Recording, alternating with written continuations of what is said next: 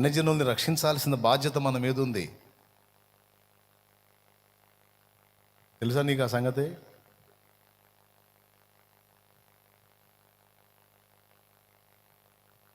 ఖచ్చితంగా నువ్వు ఈ బాధ్యత కలిగి ఉన్నావు. అన్యజనుల విషయమై నువ్వు రెస్పాన్సిబిలిటీ నీకుంది. నీ ఫ్యామిలీ, నీ బంధువర్గం, నీ ఇరుగు పొరుగు సమాజం వాళ్ళ విషయంలో వాళ్ళు దేవుని గురించి యోచించినట్లు కొన్ని నువ్వు చూపాలి.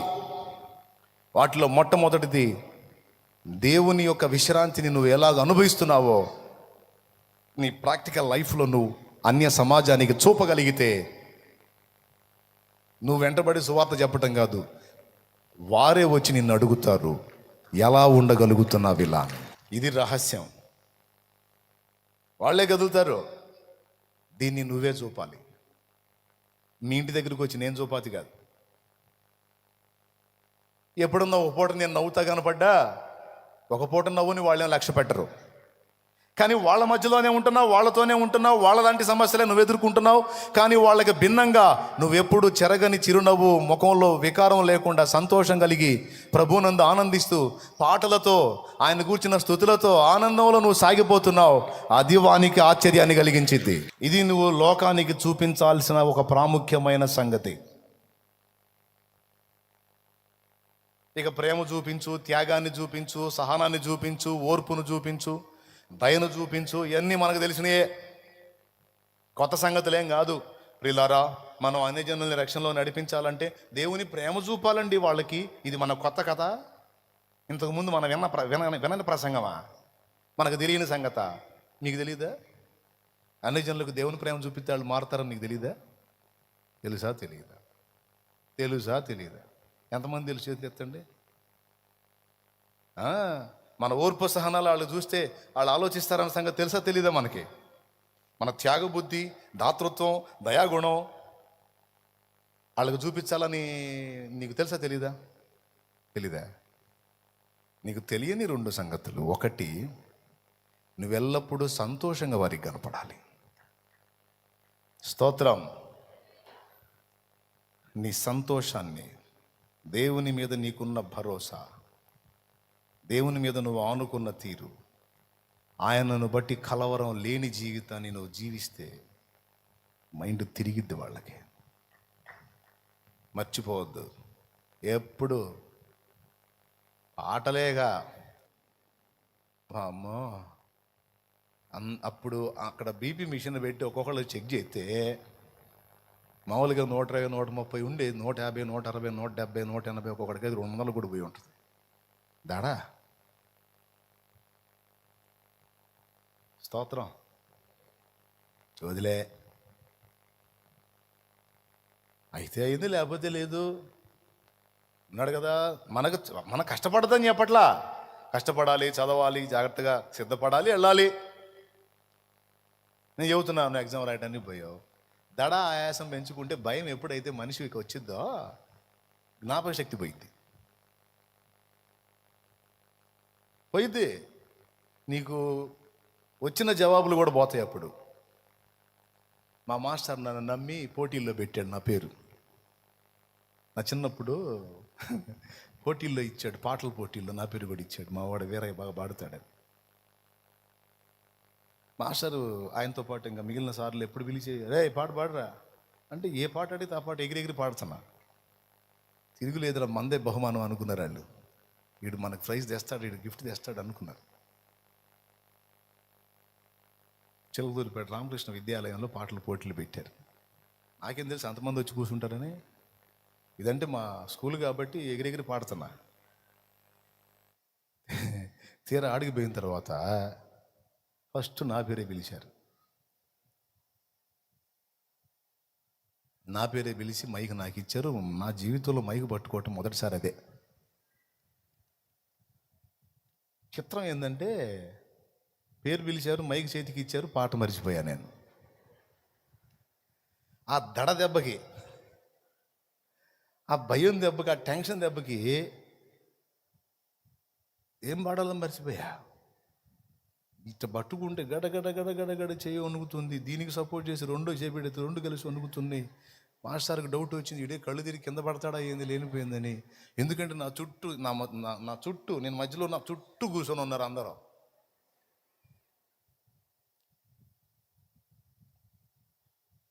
మా మాస్టర్ వాళ్ళని అడిగారు, మీ వాడు బాగా పడతాడంటే సూపర్ అసలు వినండి అని పాప వీళ్ళు చెప్పారు. నాకు మైక్ ఇస్తే పాట ఆగిపోయింది. భయం దెబ్బకి భయపడుట వలన మనుషులకు ఏమొచ్చును? వివాహం వచ్చునా?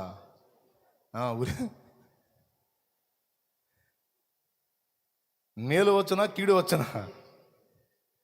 ఉరి.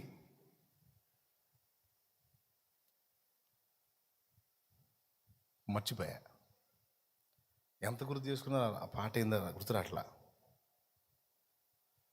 చూస్తున్నా మాస్టర్ గారికి వెళ్ళి చూస్తున్నా, వాడు రా అన్నాడు ఆయన సీరియస్గా. ఏం పాట అన్నా? ఏం పాట నేర్చుకున్నా అదే పాడు అన్నాడు. మౌనం. పాడరా, చెయ్యెత్తి చేయకొట్టు తెలుగుట పాడు అన్నాడు.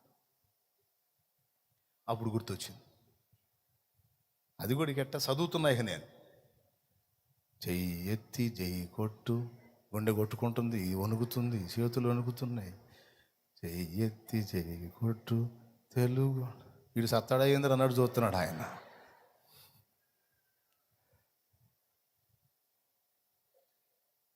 పళ్ళు గొరుగుతున్నాడు, నాకు వెళ్ళి చూస్తాం. వాడు అంటున్నాడు పల్లవి పాడి చరణం గుర్తులేదు. చరణ గుర్తు నిజంగా ఇది అంతా జరిగింది వాస్తవమే, చరణ గుర్తులేదు. మళ్ళీ ఆయనకి వెళ్ళి చూశాను.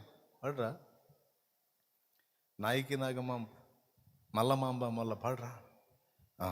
నాయకి నాగమ్మ మల్లమాంబ మొల్ల మగువ మంచాలని తోడబుట్టిన వారే అని మళ్ళీ ఆయనకి వెళ్ళి చూస్తాను. చేతులు వణుకుతున్నాయి, మాట్లాడలేదు. వాడురా బాలచంద్రుడు చూడ, బాలచంద్రుడు చూడ ఎవరోడోయ్ తాండ్ర పాపాయ తాండ్ర పాపాయ మొత్తం ఆయన చెప్పడం. నేను పాట ఎట్లుంటుంది అది? పాట అంటారా దాన్ని? ఒక పల్లవి చరణం అయ్యేసరికి మైకు లాక్కున్నారు, ఇక పోరాని. భయపడుట వలన మనుషులకు ఉరి వచ్చును. భయం జ్ఞాపక శక్తిని దెబ్బ కొడుతుంది, పిరికితనం. Praise the Lord. అప్పుడంటే పిల్లవాడిని తెలియదు, అవగాహన లేదు. దేవుడు అంతకంటే తెలియదు. ఈరోజు మీరందరూ కూడా క్రీస్తు యేసునందున్నారు. ప్రభు మీకు తోడై ఉన్నాడు, మనందరికి తోడై ఉన్నాడు. నువ్వు పని చేసే స్థలంలో, జాబు చేసే స్థలంలో, నువ్వు ప్రయత్నం చేసే ప్రదేశాలలో పాట, స్తుతి పాట, స్తోత్ర గీతం, సంతోష గానం. హల్లెలూయా. ఏమంటారు? వాస్తవం కాదా? మిగిలిన వాళ్ళందరూ దడదడగా ఉంటే నువ్వు ఎగ్జామ్ హాల్లోకి పాట పాడుకుండా ఎంటర్ అయితే అవతలోకి ఎట్టుంటుందండి? రే మేము ఈంతున్నా పై శ్వాస మీద ఉంటే నువ్వేందిరా సరదాగా పాడుతున్నావు అంటే, అవునురా దడపడి ఏం చేస్తాం?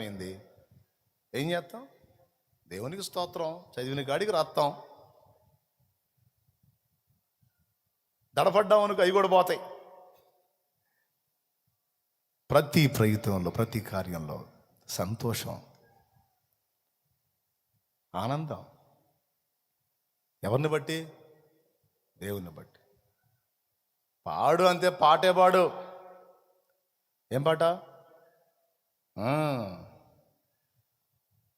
చూసారా హబక్కూకు గ్రంథం చివరి వచనం? శాలలోని పశువులు లేకపోయినా, ద్రాక్ష చెట్లు పుయ్యకుండిన, అంజూరలు పుయ్యకుండిన, దొడ్డిలో గొర్రెలు లేకపోయినా యెహోవా యందు నేను ఏడ్చుచుండేదను అన్నాడా?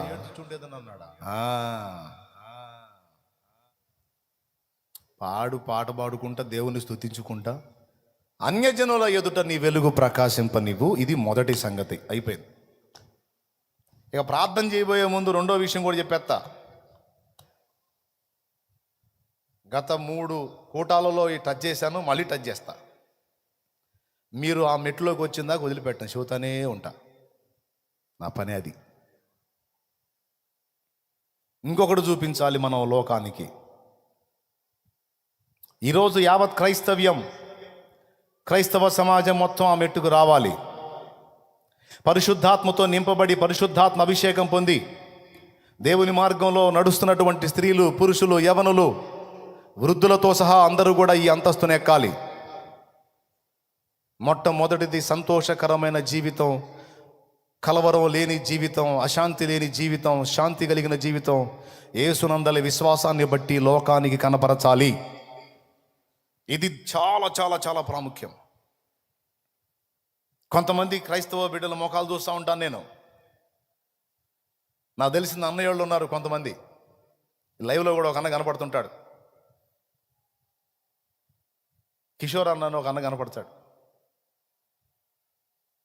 ఆయన రైల్వే డిపార్ట్మెంట్లో చేస్తుంటాడు. ఒక్కసారి కూడా ఆయన ముఖం వికారంగా నేను చూడలా. దేవుని బిడ్డ, భక్తిపరుడు. ఎప్పుడన్నా చూడు నాతోనే నవ్వుతా మాట్లాడుతున్నాడు, ఇంక అందరితో అంతే మాట్లాడు. ఎవరితో మాట్లాడినా సరే హ్యాపీగా మాట్లాడుతూ ఉంటాడు, సంతోషంగా మాట్లాడుతూ ఉంటాడు. అది వాళ్ళ నాన్న దేవునికి మహిమ. ఎప్పుడు ఎప్పుడు ఎప్పుడు విషన్న వదనం, వికారం ఒక్కసారి కూడా చూడాల ఈ పరిచయమైన కాలంలో. మీలో కూడా కొంతమంది ఉన్నారు, మీలో కూడా కొంతమంది ఫేసులు గమనిస్తూ ఉంటారు, ఎప్పుడు హ్యాపీగా ఉంటారు. అలా ఉన్న మీ దగ్గరికి అన్ని జనులు వచ్చి అడుగుతారు. మీ ముఖంలో ఉన్నటువంటి ఆనందం, మీ హృదయంలో ఉన్న ప్రశాంతత. హృదయంలో ప్రశాంతం ఉంటే ముఖం కళగా ఉంటుంది, ఎప్పుడు అంతే ఉంటుంది. మీ నోట దేవుని స్తుతి, దేవుని మాట, దేవుని పాట. అరే ఆయనలో ఎంత జీవం లేకపోతే ఈ మనిషి ఎప్పుడు ఎంత శక్తి లేకపోతే, ఎంత ప్రభావం లేకపోతే, ఎప్పుడు నోరు తెరిస్తే ఆయన మాట, ఆయన పాట. ఇంత పిచ్చిగా ఉన్నారంటే మొత్తానికి ఏదో వ్యవహారం ఉందిరా అని అనిపించదా?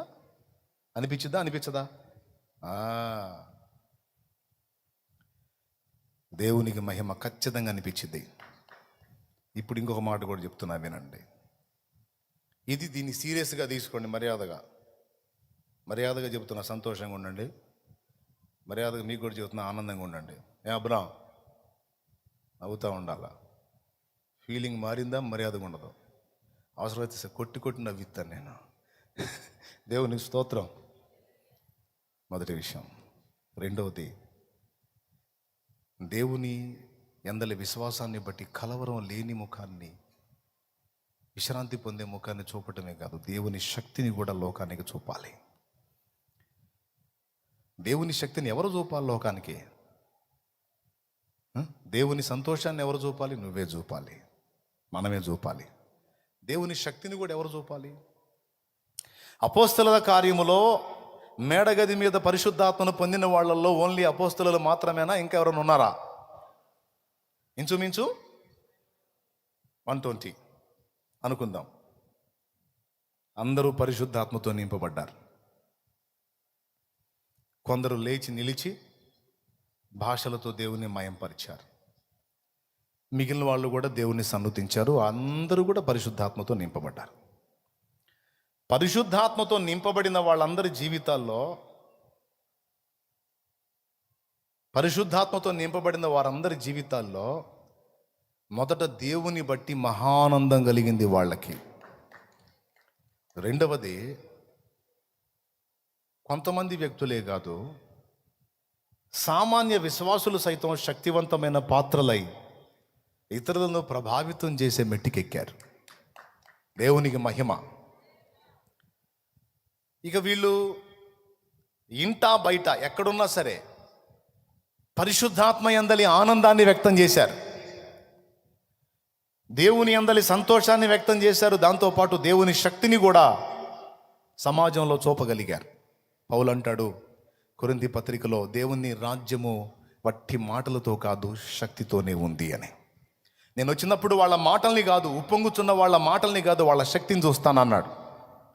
పౌలు మహనీయుడు కొరింథీయులకు రాసినటువంటి పత్రికలో 2వ అధ్యాయము 1వ వచనం నుంచి మీరు చదవగలిగితే, సహోదరులారా, నేను మీ యొద్దకు వచ్చినప్పుడు వాక్చాతుర్యంతో కానీ జ్ఞానాతిశయంతో కానీ వచ్చిన వాడిని కాను. నేను మీ మధ్య సిలువ వేయబడిన క్రీస్తును తప్ప మరి దేనిని ఎరగకుందునని నిశ్చయించుకుంటుని. మరియు బలహీనతతోనూ భయముతోనూ ఎంతో వణుకుతోనూ మీ యొద్ద నుంటిని. మీ విశ్వాసము మనుషుల జ్ఞానమును ఆధారము చేసుకుని దేవుని శక్తిని ఆధారము చేసుకొని ఉండవలనని నేను మాట్లాడినను సువార్త ప్రకటించిన జ్ఞానయుక్తమైన తీయని మాటలు వినియోగింపక పరిశుద్ధాత్మయు పరిశుద్ధాత్మయు దేవుని శక్తియు దేవుని శక్తియు కనపరచు దృష్టాంతములనే వినియోగించి తిని అన్నాడు.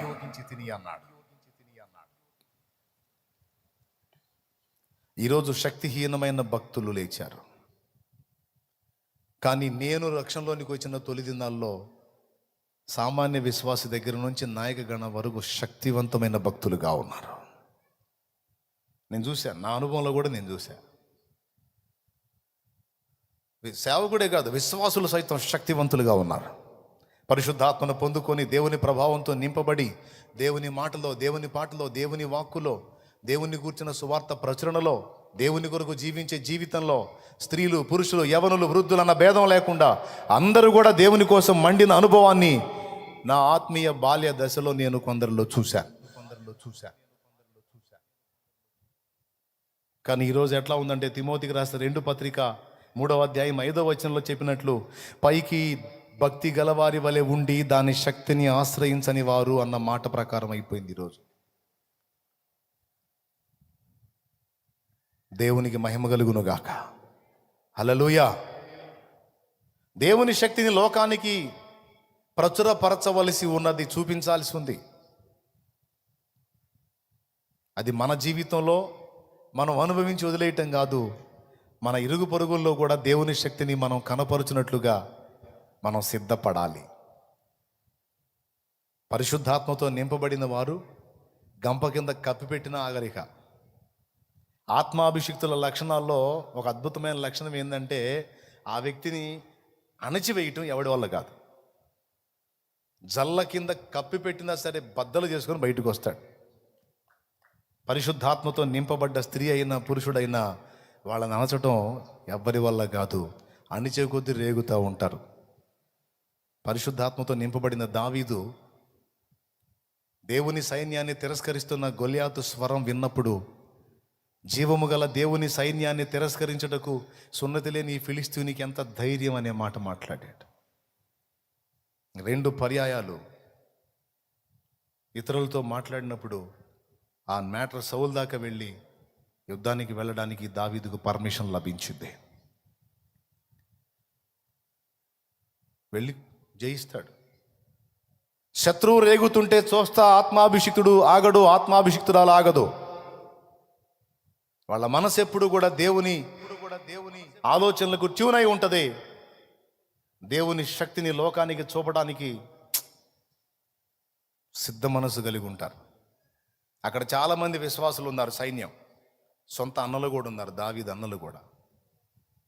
కానీ వాళ్ళ వల్ల ఎవరి వల్ల కాల ఫిలిస్తీయులకు దేవుని శక్తి చూపడానికి. చిన్నోడు, గొర్రెలు కాసేవాడు, సౌలంత ఎత్తులేడు, పిల్లోడు, బాలుడు. సౌలే అన్నాడు, నువ్వు బాలుడు రా బాబా అని.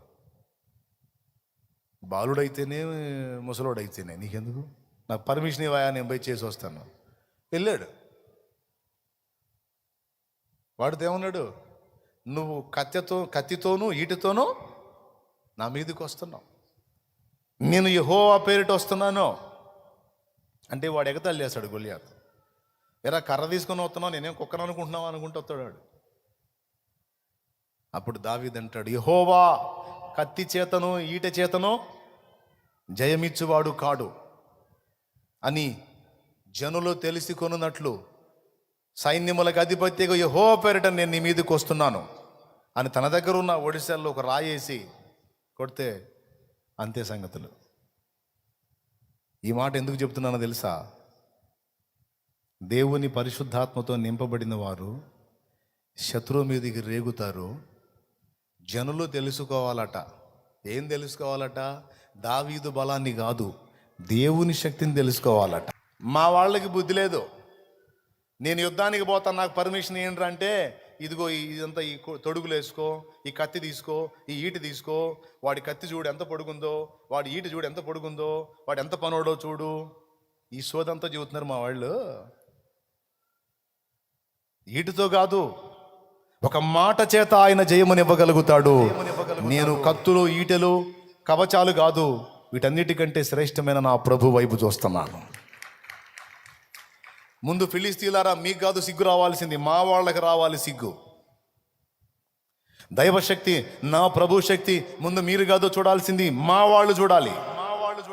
మా వాళ్ళకి రావాలి సిగ్గు అని యుద్ధరంగంలోకి దిగి పిల్లవాడు, బాలుడు, దేవా ఇదిగో నీ మీద ఆధారపడి నేను పూనుకుంటున్నాను, నీకు అవమానం కలుగుతూ ఉంటే అది చూస్తూ వింటూ బతికే కంటే యుద్ధంలో చచ్చి వీరమరణం పొందిందే మంచిది. కాబట్టి నా ప్రాణమన్నా తీసుకో, లేకపోతే జయమన్నా ఇవ్వు. దిగాడు రంగంలోకి, వచ్చింది జయం. అప్పటిదాకా ఎగతాళి చేసిన వాళ్ళు, హేళన చేసిన వాళ్ళు నిర్ఘాంతపోయి యెహోవాకు జయము, యెహోవాకు జయము అని కేకలేసి, ఇశ్రాయేలుకు జయము, యెహోవాకు స్తోత్రం అని కేకలేసిపోయి దావీదుని ఎత్తుకున్నారు. అప్పటిదాకా సణిగినోళ్ళు, గొనిగినోళ్ళు. పరిశుద్ధాత్మతో నింపబడిన ఒక స్త్రీ అయినా పురుషుడైనా వాళ్ళ మైండ్ సెట్ వేరు.